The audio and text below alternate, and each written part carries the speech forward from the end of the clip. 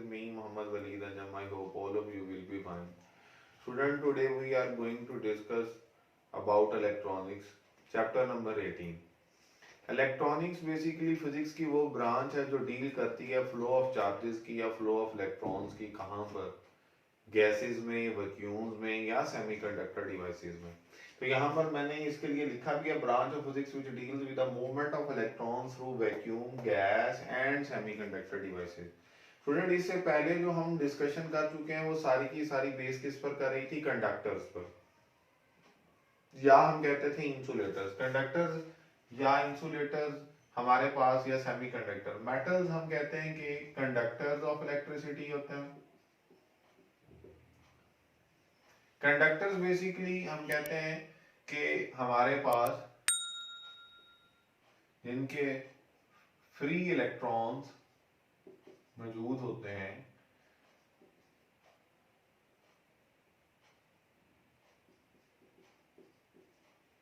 उनको हम कहते हैं कि कंडक्टर्स। और कंडक्टर चैप्टर नंबर 17 में स्टूडेंट्स हम लोगों ने बड़ी डिटेल में उसको पढ़ लिया है कि हमारे पास कंडक्टर के केस में जो कंडक्शन बैंड और वैलेंस बैंड के दरमियान में जो एनर्जी गैप होता है वो ना होने के बराबर होता है। ना होने के बराबर इस तरह से कि वो एक दूसरे के ऊपर ओवरलैप किए होते हैं। अगर हम इस केस को थोड़ा सा ड्रॉ कर लें ताकि हमें आसानी हो जाए, तो कंडक्टर के केस में स्टूडेंट हमने ये पढ़ा था कि जो हमारे पास कंडक्शन बैंड और वैलेंस बैंड, इनकी ओवरलैपिंग हुई होती है, और इस ओवरलैपिंग की वजह से यहाँ पर हमने इसको ओवरलैप्ड फॉर्म में शो भी किया हुआ है, जो इसका सिस्टमैटिक पढ़ा हुआ है हमने पहले। तो बड़ी आसानी के साथ कंडक्टर्स में फ्री इलेक्ट्रॉन्स की वजह से चार्जेस जो हैं, जो इलेक्ट्रॉन्स हैं, वो कंडक्शन बैंड से वैलेंस बैंड में जा सकते हैं। हम कहते हैं कि इनके दरमियान जो एनर्जी गैप है वो ना होने के बराबर होता है। ठीक है जी। इसके बरक्स हम ये कहते थे इंसुलेटर हमारे पास ऐसी चीजें होती हैं जिनमें हम ये कहते हैं कि कंडक्शन बैंड और वैलेंस बैंड के दरमियान एक ह्यूज अमाउंट या लार्ज एनर्जी गैप होता है। उसको भी ये हम यहाँ पर इसको ओवरलैप करने के लिए इस तरह से शो भी कर देते हैं। ये जनरल डिस्कशन है, इसलिए मैंने ये साथ में ही बना ली।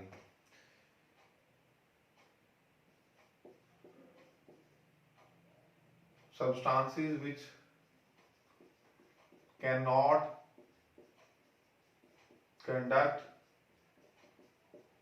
electricity are called insulators। ये हम पढ़ चुके हैं। मैं बेसिकली यहाँ पर आपको इनका रिव्यू इसलिए दे रहा हूँ क्योंकि हमारा जो इलेक्ट्रॉनिक्स में, जो सेमीकंडक्टर डिवाइसेस में हमने मेजर जो कंपोनेंट्स पढ़ने हैं, उसके लिहाज से सेमीकंडक्टर्स के बारे में इंफॉर्मेशन हमें होनी चाहिए। which cannot conduct electricity are called insulators। और इसकी एग्जांपल्स हैं स्टूडेंट हमारे पास रबर,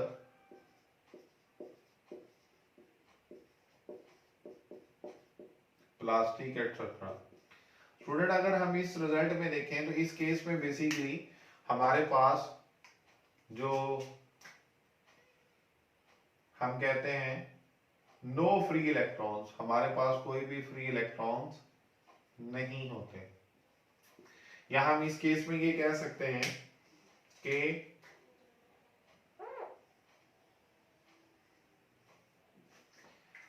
इंसुलेटर्स में कंडक्शन बैंड और वैलेंस बैंड के दरमियान, ये देखें, अगर हम ये कहें कि ये इनके दरमियान एनर्जी गैप है, फॉरबिडन बैंड भी जिसे हम बोलते हैं,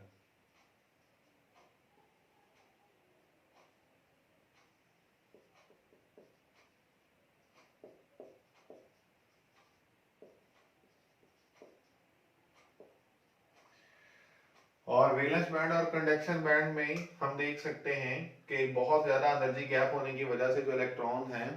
वो कंडक्शन से वैलेंस के दरमियान नहीं जा सकते, तो इसलिए हम कहते हैं कि वो इंसुलेटर थे। इसके बाद हम स्टूडेंट अगर सेमीकंडक्टर की बात करें तो सेमीकंडक्टर हम कहते हैं कि ऐसे हमारे पास सब्सटेंसेस जिनको हम कंडक्टर बना सकते हैं। कैसे बना सकते हैं, किस तरह से? सेमी, सेमी मतलब हाफ कंडक्टर्स होते हैं। हाफ कंडक्टर होने से मुराद ये है कि उनके आउटर मोस्ट शेल में 4 इलेक्ट्रॉन्स होते हैं। तो हम ये कहते हैं कि हमारे पास जो सेमीकंडक्टर हैं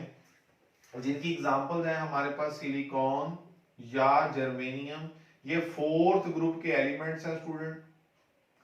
फोर्थ ग्रुप के जो एलिमेंट्स हैं सेमीकंडक्टर के केस में एनर्जी बैंड जो फॉरबिडन एनर्जी गैप होता है ये होता है, लेकिन ये इंसुलेटर के मुकाबले में कंपैरेटिवली कम होता है और उस गैप को कवर किया जा सकता है अगर हम उनको किसी ना किसी तरह से इस कंडीशन में ले आए कि वो उनको या इतनी एनर्जी मिल जाए कि वो उस एनर्जी गैप को जो फॉरबिडन एनर्जी बैंड का गैप है उसको कवर कर सकें। तो स्टूडेंट ये तो हमारी एक जनरल डिस्कशन है। हमारे पास अगर हम टाइप्स ऑफ द सेमीकंडक्टर की बात करें तो बेसिकली हमारे पास टू मेजर टाइप्स हैं इसकी, जिनको हम नाम देते हैं इंट्रिंसिक एंड एक्सट्रिंसिक सेमीकंडक्टर्स।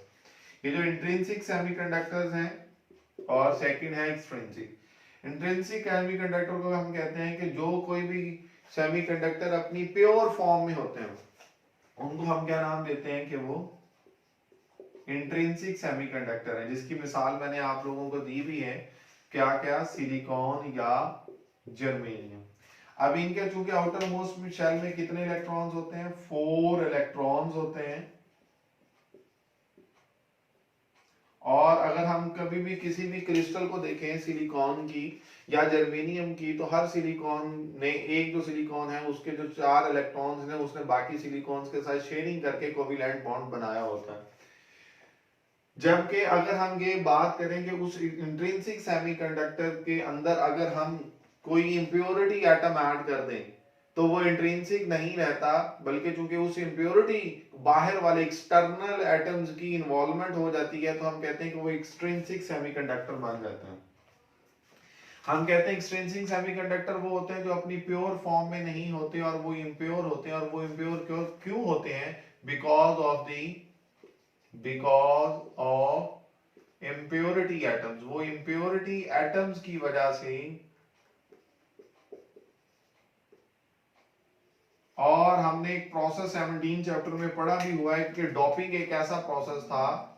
जिसमें हम किसी एक प्योर सेमीकंडक्टर के अंदर कोई दूसरे एलिमेंट्स को ऐड करते हैं एज एन इम्प्योरिटी, और उसकी रेशो भी वहां पर हमने पढ़ी थी। तो हम कहते हैं कि वो एक्सट्रिंसिक बन जाते हैं। और एक्सट्रिंसिक सेमीकंडक्टर में देखें कि वो जो बाहर से ऐड होने वाला है वो क्या है या वो किस टाइप की इम्प्योरिटी है, वो डिफाइन फर्दर ये कर देती है कि वो एन टाइप सेमीकंडक्टर है या पी टाइप सेमीकंडक्टर है। देखिए जो हमने डोपिंग करनी है, डोपिंग करने के लिए जो सिलिकॉन के साथ हमने मिक्सिंग करनी है, मैं मिसाल दे देता हूं कि अगर हमारे पास सिलिकॉन है तो सिलिकॉन के साथ आपने मिक्स करना है किसको, एक पेंटावेलेंट इम्प्योरिटी को। मैं यहां पर लिख भी देता हूं पेंटावेलेंट इम्प्योरिटी।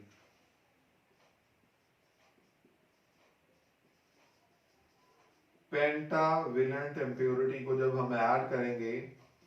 तो स्टूडेंट पेंटावेलेंट इम्प्योरिटी से मुराद ये है कि जिसके आउटर मोस्ट शेल में कितने इलेक्ट्रॉन्स होंगे, 5 इलेक्ट्रॉन्स होंगे। और सिलिकॉन के मैंने आपको कितने बताया, 4 इलेक्ट्रॉन्स हैं। तो स्टूडेंट होता क्या है कि जब इस इम्प्योरिटी को ऐड किया जाता है सिलिकॉन में, तो सिलिकॉन के जो 4 हमारे पास इलेक्ट्रॉन्स हैं आउटर मोस्ट शेल में, और उस पेंटावेलेंट इम्प्योरिटी के, जिसकी एग्जांपल ये 5th ग्रुप के एलिमेंट्स हैं, जिसकी एग्जांपल्स हैं हमारे पास फास्फोरस, आर्सेनिक, एंटीमनी, ये एग्जांपल्स हैं। हमारी बुक में भी हमने फास्फोरस को पढ़ा था कि उसके आउटर मोस्ट शेल में 5 इलेक्ट्रॉन्स हैं। 5 में से 4 जो हैं वो सिलिकॉन के 4 इलेक्ट्रॉन्स के साथ मिलकर कोवेलेंट बॉन्ड बना लेते हैं,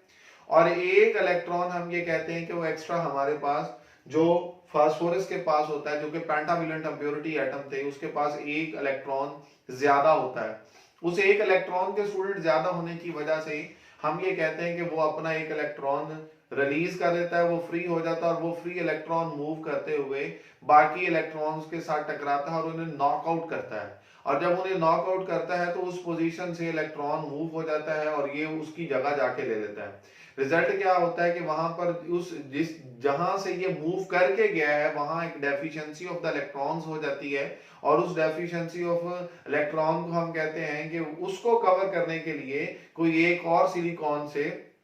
इलेक्ट्रॉन आएगा, फिर वहां पर जो होल क्रिएट होगा उसके लिए किसी और जगह से इलेक्ट्रॉन आएगा, फिर उधर जो होल क्रिएट होगा उसको ओवरकम करने के लिए या उस डेफिशिएंसी को फिल करने के लिए कोई एक और इलेक्ट्रॉन आएगा। तो इन शॉर्ट हम ये कह सकते हैं कि इस केस में जो कंडक्शन हो रही है वो एक फ्री इलेक्ट्रॉन की वजह से हो रही है, कि वो जो फ्री इलेक्ट्रॉन है वो अपनी एक एक्स्ट्रा इलेक्ट्रॉन की वजह से हम कहते हैं वो मूवमेंट हुई, और इस वजह से हम कहते हैं चूंकि इलेक्ट्रॉन पर नेगेटिव चार्ज है, इस वजह से हम उस तरह के मटेरियल को नाम दे देते हैं एन टाइप सेमीकंडक्टर। इलेक्ट्रॉन पर चूंकि नेगेटिव चार्ज होता है, इस वजह से हम उसको क्या नाम देते हैं, एन टाइप का नाम दे देते हैं। स्टूडेंट एन टाइप में हमारे पास क्या होता है कि जब एक मटेरियल एन टाइप बन जाता है तो हम कहते हैं कि वो जो एक फास्फोरस का एक एक्स्ट्रा इलेक्ट्रॉन था उसको हम as a donor impurity consider करते हैं कि वो एक इलेक्ट्रॉन देने की सलाहियत रखता है। तो हमारी बुक में हमने ये भी बात पढ़ी हुई है कि वो जो एन टाइप होते हैं उनको हम डोनर का भी नाम देते हैं, कि वो डोनर एटम से उन्होंने अपना एक इलेक्ट्रॉन डोनेट कर दिया। हम इस लिहाज से ये कहते हैं, इस बात को समझने के लिए हमारी बुक में भी जैसे बना हुआ है कि अगर हमारे पास जो एन टाइप है, मैं इसको लिख भी देता हूं कि ये सपोज करेंगे हमारे पास इलेक्ट्रॉन्स हैं, ये बना भी लेते हैं।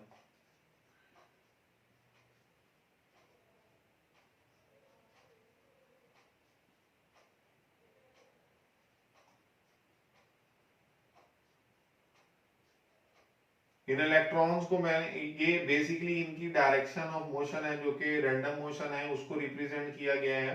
हम कहते हैं कि ये हमारे पास एन टाइप के मौजूद अंदर जो इलेक्ट्रॉन की वजह से एक रिजल्ट है। और इसी तरह से स्टूडेंट अगर हम बात करें पी टाइप सेमीकंडक्टर की, तो पी टाइप सेमीकंडक्टर हम कैसे बनाते थे, हमने उसको बनाने के लिए क्या किया था, ट्राइवेलेंट इंप्योरिटी के साथ उन्हें डॉप किया था। Trivalent impurity, student trivalent impurity क्या होती है, ट्राइवेलेंट इंप्योरिटी एक ऐसी इंप्योरिटी होती है यानी कि थर्ड ग्रुप के जो एलिमेंट्स हैं जिसमें हमारे पास आउटर मोस्ट सेल में हम कहते हैं कितने इलेक्ट्रॉन्स हैं, 3, जिनकी एग्जांपल है एल्यूमिनियम, जो बड़ी कॉमन एग्जांपल है। कहता है एल्यूमिनियम जो कि थर्ड ग्रुप का एलिमेंट है, इसके आउटर मोस्ट शेल में कितने इलेक्ट्रॉन्स थे, 3 इलेक्ट्रॉन्स थे। स्टूडेंट आप देखिएगा कि जब हम इसको मिक्स करेंगे किसके साथ, सिलिकॉन के साथ, जिसके आउटर मोस्ट शेल में कितने इलेक्ट्रॉन है, 4 इलेक्ट्रॉन है, तो होगा क्या, 3 एल्यूमिनियम के और 3 सिलिकॉन के, ये तो आपस में शेयरिंग करके कोवैलेंट बॉन्ड बना लेंगे। अब क्या होगा कि जो इंप्योरिटी हमने ऐड किया उसमें एक इलेक्ट्रॉन की कमी थी, और उस इलेक्ट्रॉन की एक कमी की वजह से हम कहते हैं वहां पर एक होल क्रिएट हो जाएगा, और उस होल को हम होल इस तरह से बनाते हैं, ये जी होल है।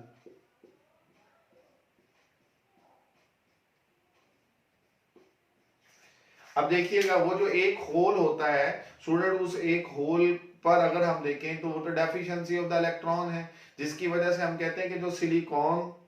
का जो एक इलेक्ट्रॉन है वो क्या करता है, वो उस डेफिशिएंसी को ओवरकम करने के लिए वहां पर जाता है। ठीक है जी, उसकी जगह उसकी वजह से वहां पर एक होल प्रोड्यूस हो जाता है, और उस होल को ओवरकम करने के लिए या फिल करने के लिए कोई एक दूसरा इलेक्ट्रॉन आता है, और वहां फिर एक होल प्रोड्यूस हो जाता है। इस केस में हमारे पास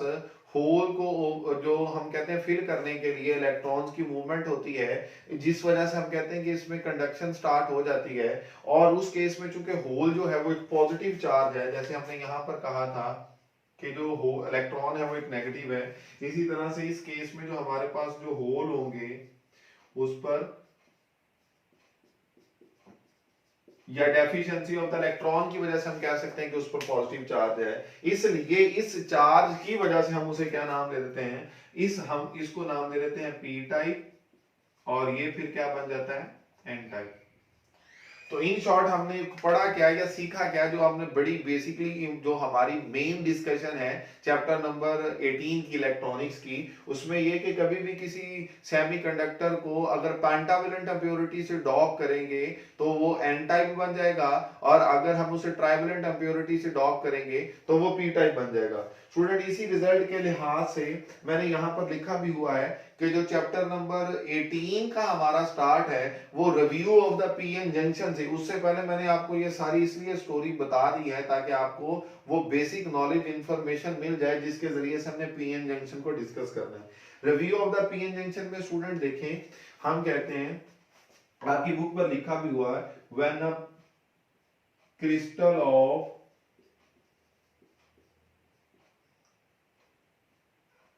जर्मेनियम और silicon is doped in such a way that half is doped with pentavalent and half is doped with the trivalent. तो स्टूडेंट पेंटाविलेंट और ट्राइवेलेंट के साथ डॉप करने से वो क्या बन जाएगा, वो पी टाइप और एन टाइप मटेरियल बन जाएंगे। ये हमने पढ़ लिया है। हम ये कहते हैं कि जो मेजॉरिटी चार्ज कैरियर्स हैं, यहां पर हमने लिखा भी हुआ है कि हमारे पास ये पी टाइप है, इसके अंदर जो मेजॉरिटी चार्ज कैरियर्स हैं, मैं इसके लिए लिख भी लेता हूं कि पी टाइप के अंदर और एन टाइप के अंदर। स्टूडेंट पी टाइप के अंदर जो मेजॉरिटी चार्ज कैरियर्स हैं वो कौन से हैं, यहां पर आपने ये देखें लिखा भी हुआ है मैंने, ये क्या है, होल्स हैं। और एन टाइप के अंदर जो मेजॉरिटी चार्ज कैरियर, जो मेजॉरिटी में आपको नजर आ रहे हैं वो क्या है जी, इलेक्ट्रॉन्स हैं, फ्री इलेक्ट्रॉन्स हैं। इसी तरह से जो माइनॉरिटी चार्ज कैरियर्स की बात करें तो बिल्कुल उसी तरह से जैसे हमने बात की पी टाइप की और एन टाइप की, तो स्टूडेंट यहां से आप देख सकते हैं कि पी टाइप के अंदर माइनॉरिटी में जो है, कम होते हैं तादाद में, उनको हम कहते हैं कि वो इलेक्ट्रॉन, आप देख सकते हैं कोई एक दो इलेक्ट्रॉन उसने इस तरह से बनाए हुए हैं। और पी टाइप में अगर, एन टाइप में अगर देखें तो दो तीन होल्स भी आपको बुक पर डायग्राम पर बने नजर आ रहे होंगे। तो हम कहते हैं कि पी टाइप में हमारे पास जो माइनॉरिटी होते हैं वो क्या होते हैं, इलेक्ट्रॉन्स, और जो एन टाइप में माइनॉरिटी होते हैं वो फिर क्या होंगे, होल्स। ये देखिए हमने बनाए भी हुए हैं। स्टूडेंट इसी डिस्कशन से हम ये कहते हैं कि हमारे पास एक डिप्लीशन रीजन बन जाता है। कैसे बन जाता है, ये बड़ा इंपॉर्टेंट पॉइंट है। देखिए जब हम इस सिलिकॉन या जर्मेनियम की क्रिस्टल को, सपोज करें कि ये एक सिलिकॉन या जर्मेनियम की क्रिस्टल है, इसको हमने इस तरह से ग्रो किया कि इस हाफ पोर्शन को पेंटाविलेंट इंप्योरिटी से और इस हाफ पोर्शन को ट्राइवेलेंट इंप्योरिटी से डॉप किया। तो स्टूडेंट जिसको पेंटाविलेंट इंप्योरिटी से डॉप किया वो एन टाइप बन जाएगी, और जिसको ट्राइवेलेंट से किया वो पी टाइप बन जाएगी। पी टाइप और एन टाइप को जब हम इकट्ठा कहते हैं, जैसे ही ये इकट्ठे होते हैं, इन दोनों को यहां पर देखिएगा जो अलग अलग तो मैंने बनाए हुए थे, जब आप इन दोनों को इकट्ठा करते हैं, जैसे हमने यहां पर ये इकट्ठा शो किया है, तो स्टूडेंट देखें कि यहां पर हमारे पास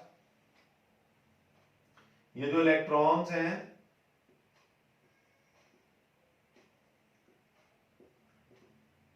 ठीक है जी, और यहां पर स्टूडेंट्स हमारे पास होल्स हैं।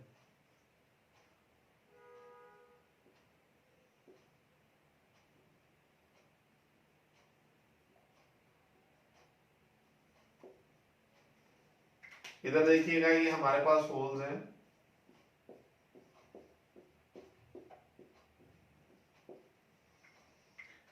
ये पी टाइप है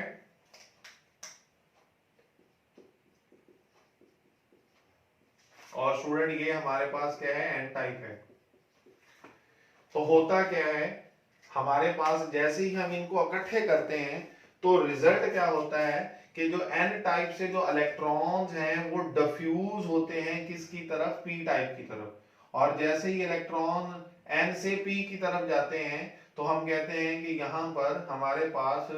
एक लेयर बनना शुरू हो जाती है नेगेटिव और पॉजिटिव आयंस की। देखिए स्टूडेंट जब एक इलेक्ट्रॉन यहां से इधर जाएगा तो यहां पर एक होल आ जाएगा,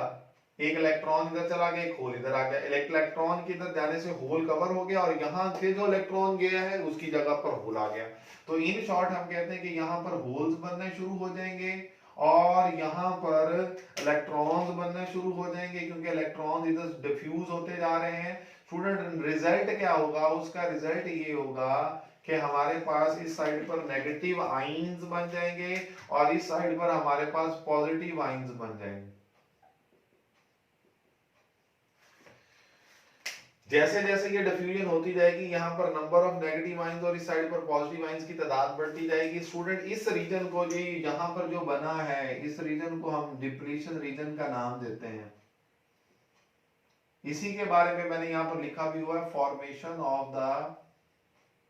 depletion region. Formation of the depletion region में क्या होता है स्टूडेंट, हमने क्या लिखा है, चार्जलेस रीजन अराउंड अ पीएन जंक्शन। पीएन जंक्शन के अराउंड हम कहते हैं कि चार्ज लेस रीजन होता है जिसमें चार्ज कैरियर्स मौजूद नहीं होते। इस रीजन के अंदर कोई चार्ज कैरियर्स मौजूद नहीं होते, इसको हम क्या नाम देते हैं, डिप्लीशन रीजन का नाम देते हैं स्टूडेंट। इस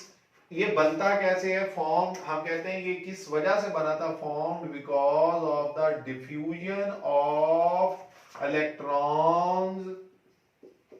from n type to from n type to p type। n type से p टाइप में जो इलेक्ट्रॉन्स हैं जब वो करेंगे डिफ्यूज करेंगे तो उसकी वजह से चार्ज लेस रीजन बन जाएगा। और स्टूडेंट उस चार्ज लेस रीजन के बनने की वजह से, अगर आप लोग खुद ये बात पढ़ चुके हैं पहले भी, आपको ये अंदाजा है इस बात का कि हम ये कहते हैं कि अगर हमारे पास मिसाल के तौर पर ये एक प्लेट है और ये दूसरी प्लेट है, और अगर इस जगह पर पॉजिटिव चार्जेस हैं और इस साइड पर नेगेटिव चार्जेस हैं, तो इनके दरमियान स्टूडेंट एक इलेक्ट्रिक फील्ड बन जाती है जो कि पॉजिटिव चार्ज से या पॉजिटिव प्लेट वाली चार्जेस वाली प्लेट से नेगेटिव की तरफ होती है। और उस इलेक्ट्रिक फील्ड की क्रिएशन की वजह से हम कहते हैं कि इनके दरमियान में एक पोटेंशियल डिफरेंस भी होगा, और उस पोटेंशियल डिफरेंस को जो यहाँ पर मौजूद होता है, उस पोटेंशियल डिफरेंस को हम क्या नाम देते हैं, पोटेंशियल बैरियर का नाम देते हैं स्टूडेंट। ये जो पोटेंशियल बैरियर है, इसको समझने के लिए हमारी बुक में एक ग्राफ भी बना हुआ है। हम ये कहते हैं कि जब ये पीएन जंक्शन नहीं बना होता, यानी कि हमने इन्हें इकट्ठा नहीं किया होता, तो हमारे पास देखिएगा ये एक लाइन है, ये लाइन रिप्रेजेंट कर रही है 0 वोल्ट्स को, ये हॉरिजॉन्टल लाइन जो रिप्रेजेंट कर रही है 0 वोल्ट को। और हम ये कहते हैं कि ये जो डिप्लीशन रीजन बना है, इस डिप्लीशन रीजन को भी हम ड्रॉ कर लेते हैं ऐसे, ये डिप्लीशन रीजन जो यहां पर बना, जो कि डिप्लीशन रीजन क्या है, फ्री फ्रॉम द चार्जेस, या आप कहते हैं चार्ज लेस रीजन है। तो होता क्या है स्टूडेंट, होता ये है कि जो पोटेंशियल है, जैसे जैसे यहाँ पर आयंस बनते जाते हैं, पोटेंशियल भी हम कहते हैं बढ़ते जाते हैं, ग्रो करता जाता है। और जैसे जैसे पोटेंशियल ग्रो करता है, कोई एक पॉइंट आता है, हम कहते हैं कि उसके अंदर कितना पोटेंशियल जो अपीयर हो रहा है, वो पोटेंशियल डिफरेंस उन दो पॉइंट के दरमियान पोटेंशियल बैरियर कहलाता है, और इसको हम डिप्लीशन रीजन का भी नाम देते हैं स्टूडेंट। सिलिकॉन के केस में ये जो डिप्लीशन रीजन होता है, इसकी वैल्यू कितनी होती है, 0.7 वोल्ट। और जर्मेनियम के केस के लिए इसकी वैल्यू क्या होती है, 0.3 वोल्ट। और इसके साथ मैं लिख भी देता हूं डेल्टा वी, ताकि आपको ये पता चल सके ये बैरियर पोटेंशियल है या पोटेंशियल डिफरेंस है इन दो पॉइंट्स के दरमियान, जिसको हम डिप्लीशन रीजन का नाम देते हैं स्टूडेंट। यहां पर अगर हम पोटेंशियल बैरियर के बारे में देखें, क्या था, due to the combining of electron hole pair, जब एक इलेक्ट्रॉन यहां से जाता है और एक होल के साथ कंबाइन करता है, तो उस इलेक्ट्रॉन होल पेयर के कॉम्बिनेशन की वजह से the ions on both sides are exposed and they form the potential difference, और उसकी वजह से इनके दरमियान में एक पोटेंशियल डिफरेंस जनरेट हो जाता है। और सिलिकॉन, अगर ये मैं कहूं कि ये सिलिकॉन की क्रिस्टल है, सपोज करें, तो सिलिकॉन की क्रिस्टल के लिए मैंने आपको बताया कि वो जो पोटेंशियल डिफरेंस होगा वो कितना होगा, 0.7 वोल्ट होगा। तो स्टूडेंट ये हमारा जो पीएन जंक्शन है उसकी डिस्कशन है स्टूडेंट। इसी पीएन जंक्शन को फिर हम फर्दर इस्तेमाल करते हैं मुख्तलिफ प्रोसेसेस में, किसके जरिए से, इनकी दो तरह की बाइसिंग है। बाइसिंग से स्टूडेंट क्या मुराद है, बाइसिंग से मुराद यह है कि हम इनको एक्सटर्नल किसी पोटेंशियल सोर्स के जरिए से या किसी करंट सोर्स के जरिए से एनर्जी सप्लाई करते हैं, और इस पीएन जंक्शन को एज ए स्विच हम इस्तेमाल कर रहे हैं। देखिएगा कैसे, हमारे पास दो तरह की बाइसिंग होती है पीएन जंक्शन की, एक को नाम देते हैं फॉरवर्ड बाइसिंग और दूसरी को नाम देते हैं रिवर्स बाइसिंग। स्टूडेंट जो फॉरवर्ड बाइसिंग होती है, जिसको हम फॉरवर्ड बाइज पीएन जंक्शन कहते हैं, वो कैसे बनता है, कहता है अगर हम उस पीएन जंक्शन को, यहाँ पे मैंने डायग्राम बनाई हुई है, एक बैटरी के साथ इस तरह से जोड़ दें कि उसकी जो पी टाइप है उसको बैटरी के पॉजिटिव टर्मिनल से और एन टाइप को बैटरी के नेगेटिव टर्मिनल से अगर अटैच कर देंगे, पी टाइप है, मैंने इसको पॉजिटिव टर्मिनल से अटैच कर दिया, ये देखेंगे मैंने होल्स बनाए हुए हैं, और यहां पर ये इलेक्ट्रॉन्स हैं,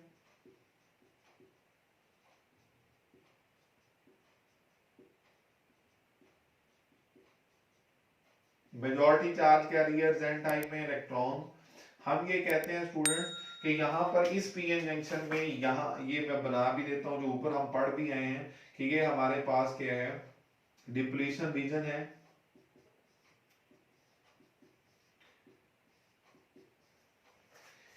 ये डिप्लीशन रीजन स्टूडेंट जब बनता है तो ये डिप्लीशन रीजन क्या काम करता है, ये बड़ी इंपॉर्टेंट बात है। ये फर्दर डिफ्यूजन ऑफ इलेक्ट्रॉन्स को एन टाइप से पी टाइप में रोक देता है। कैसे? जब एक इलेक्ट्रॉन यहां से जाएगा तो उस पर हम ये कहते हैं नेगेटिव चार्ज होता है, तो यहां पर मौजूद नेगेटिव जो आइंस हैं वो उनको रिपेल करेंगे, जिसकी वजह से ये फर्दर यहां डिफ्यूज हो नहीं सकेंगे। तो इन शॉर्ट हम ये कहते हैं कि ये जो डिफ्यूजन है, जो इलेक्ट्रॉन्स की एन से पी में जो रुक जाती है, उसकी बुनियादी वजह ही ये डिप्लीशन रीजन का बनना है। इस वजह से ही तो हम कहते हैं ये वो पोटेंशियल है जो एज ए बैरियर काम कर रहा है। किसके बैरियर के काम के लिए? इलेक्ट्रॉन्स की एन से पी में डिफ्यूजन के लिए। जब हम क्या काम करते हैं, हमारी बुक में लिखा भी हुआ है,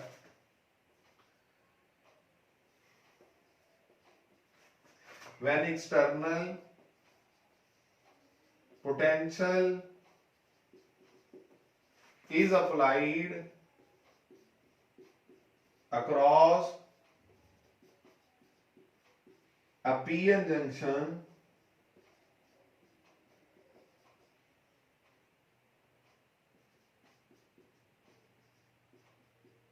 in such a way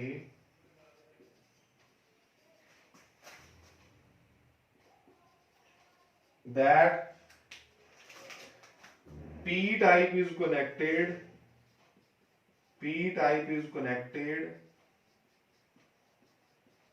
with positive terminal of the battery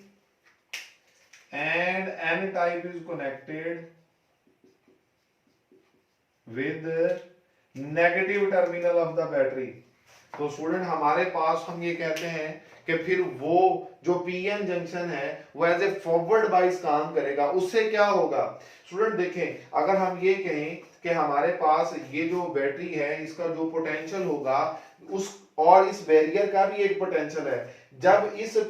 positive terminal को इस पी टाइप से अटैच करूंगा तो यहां पर ये मजीद जो हमारे पास होल्स हैं, ये जो पॉजिटिव टर्मिनल है उस पर एक इनवर्ड डायरेक्शन में फोर्स लगवाएगा, और यहाँ ये नेगेटिव टर्मिनल और ये इलेक्ट्रॉन्स, ये उनकी रिपल्शन हो रही है एक तरह की, तो ये भी इनवर्ड फोर्स लगाएंगे। और स्टूडेंट हमें इस बात का पता है कि अगर किसी साइड किसी चीज पर बाहर से अंदर की तरफ कोई फोर्स लग रही होती है तो बेसिकली हम क्या कह सकते हैं कि अगर मैं इन अपने दो हाथों की बात करूं तो इन हाथों की ऑपोजिट साइड से बाहर वाली डायरेक्शन से अगर कोई इन पर फोर्स लगाएगा तो ऑब्वियसली क्या होगा कि इनके दरमियान जो फासला है वो कम से कम होता जाएगा। तो हम ये कहते हैं स्टूडेंट कि ये जो एक्सटर्नल पोटेंशियल होता है ये बेसिकली एनर्जी सप्लाई करता है पी टाइप में मौजूद होल्स को और एन टाइप में मौजूद इलेक्ट्रॉन्स को, और उस एनर्जी को इस्तेमाल करते हुए इनके दरमियान ये जो डिप्लीशन रीजन है इसकी विड्थ कम से कम होती जाती है। तो हम ये कहते हैं कि when external potential difference is increased तो रिजल्ट क्या होगा? Width of the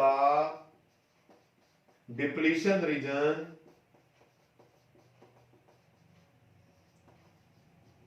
reduces। और ये वो डिप्लीशन रीजन था जो इलेक्ट्रॉन्स की एन से डिफ्यूजन को पी में रोक रहा था, और जब ये कम होता जाएगा, ये बैरियर कम होता जाएगा। आप सपोज इसको ऐसे कर सकते हैं कि अगर आप किसी जगह से पास कर रहे हैं और आपके रास्ते में कोई बैरियर आ जाता है, कोई एक गैप आ जाता है और आपने उसको कवर करना है या जंप मार करके करना है, और अगर वो गैप बहुत बड़ा होगा तो आप जंप मार के भी उसको कवर नहीं कर सकेंगे। लेकिन अगर वही गैप कम से कम होता जाए तो हम उसको बड़ी आसानी के साथ थोड़ी सी एनर्जी का इस्तेमाल करके भी कवर कर सकते हैं। अब अगर हमारे पास फॉरवर्ड बाइसिंग में हमने ये देखा कि हमारे पास जैसे जैसे इलेक्ट्रॉन इधर से इधर जाते जा रहे हैं, जो एक उन्हें एनर्जी मिल रही है एक्स्ट्रा, जो कि फॉरवर्ड बाइसिंग की एक्सटर्नल सोर्स की वजह से मिल रही है। स्टूडेंट उसका एक डायग्राम हमने यहाँ पर भी बनाई हुई है कि अगर ये पीएन जंक्शन है और इस पीएन जंक्शन के साथ हमने एक सेल या बैटरी इस तरह से कनेक्ट की कि पॉजिटिव टर्मिनल को पी साइड से और नेगेटिव टर्मिनल को एन साइड से जोड़ दिया, और इनके पाथ में ये जो आर वो रेजिस्टेंस है, और हम ये कहते हैं कि इसके क्रॉस कितना पोटेंशियल डिफरेंस है ये मेजर करने के लिए हमने यहाँ पे वोल्टमीटर लगा दिया स्टूडेंट। ठीक है, जो हमें ये बताएगा कि इसके दोनों टर्मिनल्स के क्रॉस कितना पोटेंशियल डिफरेंस है जो जंक्शन है पीएन जंक्शन, और इसी तरह से उसमें से कितना करंट पास कर रहा है उसको मालूम करने के लिए हमने यहाँ पर एमीटर लगा दिए। स्टूडेंट हम ये कहते हैं कि चूंकि हमारे पास जो width of the depletion region है वो रिड्यूस हो जाती है, उसकी कंडीशन जो है रिड्यूस होने की वो बेसिक रीजन क्या है, देखिए स्टूडेंट हमारे पास यहाँ पर इसको मैं इस तरह से बना देता हूँ कि ये पीएन जंक्शन का ये पॉजिटिव और ये नेगेटिव, हमारे पास इनके दरमियान एक पोटेंशियल डिफरेंस है जिसको हम पोटेंशियल बैरियर का नाम दे रहे हैं, जिसे अब वी हम कहते हैं डेल्टा वी का नाम देकर आए हैं। इसकी वजह से इनके दरमियान में एक इलेक्ट्रिक फील्ड मौजूद है, और उसकी डायरेक्शन अगर आप देखें स्टूडेंट तो वो किसके पॉजिटिव से नेगेटिव की तरफ, हमें ये पहले से पता है। स्टूडेंट अब होता क्या है जब हम इस साइड को पॉजिटिव टर्मिनल के साथ अटैच करते हैं और सपोज करें कि उसका पोटेंशियल 0.2 वोल्ट है, ये हमने एक ग्राफ भी बना लिया है, इसी से भी ज्यादा अच्छी तरह से समझ आ जाएगी कि ये हमारे पास वोल्टेज एक्सिस है, ठीक है जी स्टूडेंट्स, और ये हमारे पास करंट एक्सिस है। यहाँ पर करंट को मिली एम्पेयर्स में और ये वोल्टेज की वैल्यूज है। होता क्या है जब हम एक्सटर्नल पोटेंशियल बढ़ा रहे होते हैं 0.1 0.2 0.3 0.4 0.5 0.6, तो होता क्या है, होता ये है कि अगर ये सिलिकॉन है तो सिलिकॉन के लिए मैंने आपको बताया कितना है 0.7 वोल्ट, इसका बैरियर पोटेंशियल जी 0.7 वोल्ट था।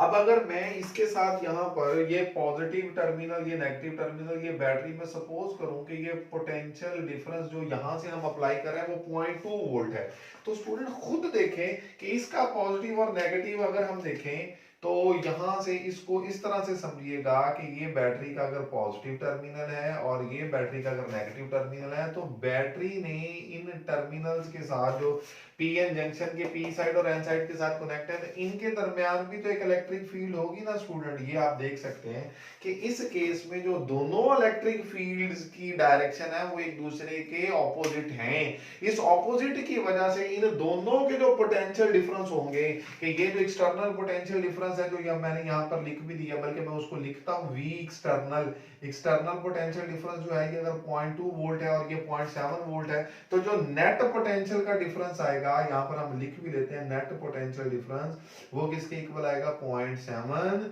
Minus 0.2 which is equal to 0.5 volt, यानी कि इनके दरमियान पोटेंशियल डिफरेंस कम हो रहा है। पोटेंशियल डिफरेंस के कम होने की वजह से यहाँ पर फील्ड भी कम हो रही है, क्योंकि इन दोनों की डायरेक्शन ऑपोजिट है, तो ये एक दूसरे के इफेक्ट को कैंसिल आउट करने की कोशिश करते हैं। जैसे जैसे स्टूडेंट हम इस पोटेंशियल की वैल्यू बढ़ाते जाएंगे, आप 0.2 से 0.3 पर चले जाएं, तो रिजल्ट क्या आ जाएगा, रिजल्ट हमारे पास आ जाएगा 0.4 वोल्ट। और फिर इसी तरह से ये तो वही रहना है, बैरियर पोटेंशियल तो 0.7 वोल्ट ही था, लेकिन जब हमने एक्सटर्नल पोटेंशियल बढ़ाते जा रहे हैं स्टूडेंट, जब हम एक्सटर्नल पोटेंशियल को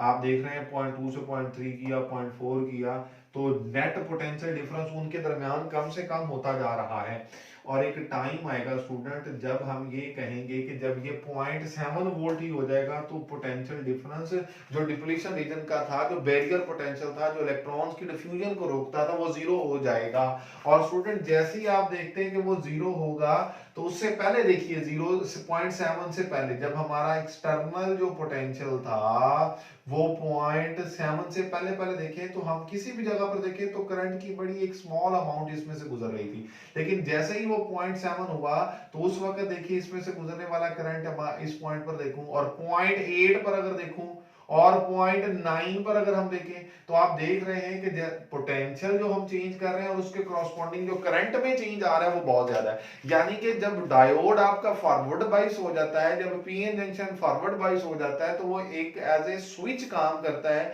जो कि ऑन हो जाता है, जो कि क्लोज सर्किट को रिप्रेजेंट करता है, जिसकी वजह से चार्जेस बड़ी आसानी के साथ उसमें से फ्लो करते हैं। और इस केस में हम कहते हैं जो हमारी फॉरवर्ड बाइसिंग की रेजिस्टेंस है वो भी हम इसी ग्राफ की मदद से देख सकते हैं कि कोई से दो पॉइंट के दरमियान पोटेंशियल का कितना डिफरेंस जो हमने अप्लाई किया डेल्टा वी एफ, और उसके करस्पॉन्डिंग उन्हीं दो पॉइंट्स पर उन्हीं 2 पॉइंट्स पर उनके करस्पॉन्डिंग जो करंट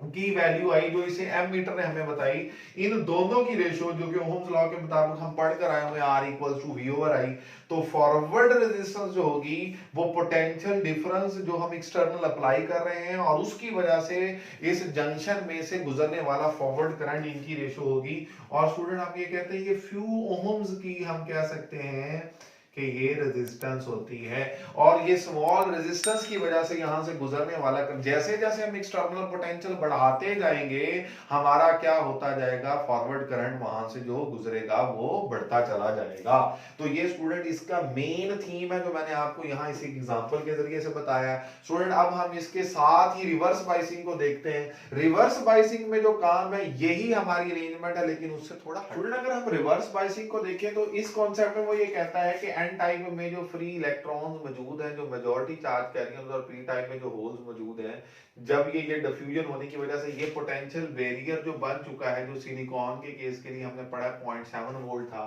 तो हम ये कहते हैं कि अगर आप ये काम करें कि इस पीएन जंक्शन को बैटरी के साथ ऐसे कनेक्ट करें कि पी टाइप को नेगेटिव टर्मिनल के साथ, पी टाइप को नेगेटिव टर्मिनल के साथ और एन टाइप को पॉजिटिव टर्मिनल के साथ, मैंने यहां पर लिख भी दिया, तो ये रिवर्स बाइसिंग हो जाती है। रिवर्स बाइसिंग में क्या होता है ये देखना है स्टूडेंट, देखिए खुद सोचें कि ये positive terminal of the battery, ये यहां पर मौजूद इलेक्ट्रॉन्स जो कि नेगेटिव है उनको अपनी तरफ अट्रैक्ट नहीं करेगा, और जब ये इनको अपनी तरफ अट्रैक्ट करेगा तो आप देख सकते हैं कि ये जो हमारे पास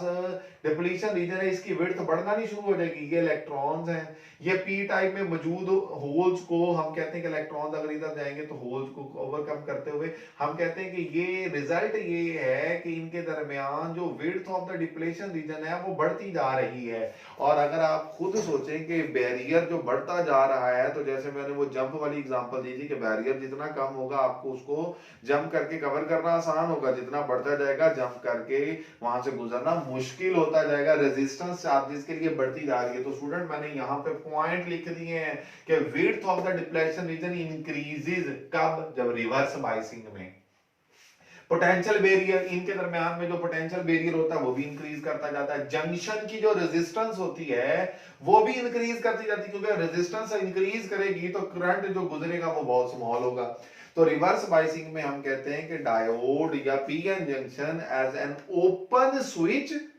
जो कि ऑफ स्टेट में है, जब एक स्विच ऑफ होता है तो हम कहते हैं सर्किट ओपन हो गया, सर्किट ओपन हो गया मतलब वहां से चार्जेस पास नहीं कर सकते, कुछ बहुत स्मॉल अमाउंट में चार्जेस या करंट हम कहते हैं पास करता है या फ्लो करता है, जो कि माइक्रो एम्पेयर्स की रेंज में होता है। इसकी वजह से जो हमारे पास रिवर्स बाइसिंग के केस में जो रेजिस्टेंस होती है उसको हम कहते हैं वो डेल्टा वी